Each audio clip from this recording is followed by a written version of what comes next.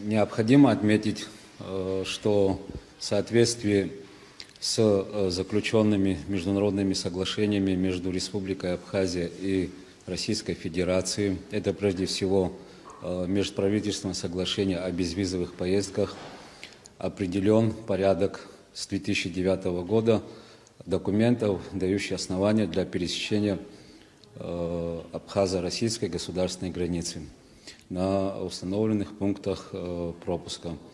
В соответствии с этим перечнем, приложенным к соглашению, для граждан Республики Абхазия это внутренний паспорт, общегражданский гражданина Республики Абхазия, заграничный паспорт гражданина Республики Абхазия, дипломатический паспорт, служебный паспорт, удостоверение паспорт моряка, так называемый, при соответствующей выписке судовой роли судна, свидетельство на возвращение в случае утраты документов на территории Российской Федерации для граждан Республики Абхазия.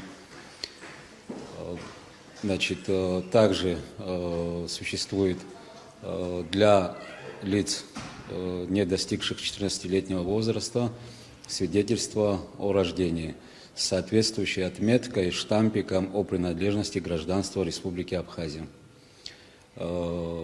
Данный перечень документов не изменялся, также он аналогичен для граждан Российской Федерации. Имеющие место в социальных сетях разговоры о том, что при наличии двойного гражданства, гражданства Республики Абхазия и гражданства Российской Федерации, ограничений в предоставлении того или иного паспорта, определяющего гражданство для пересечения государственной границы, беспочвенны, не имеют под собой основания.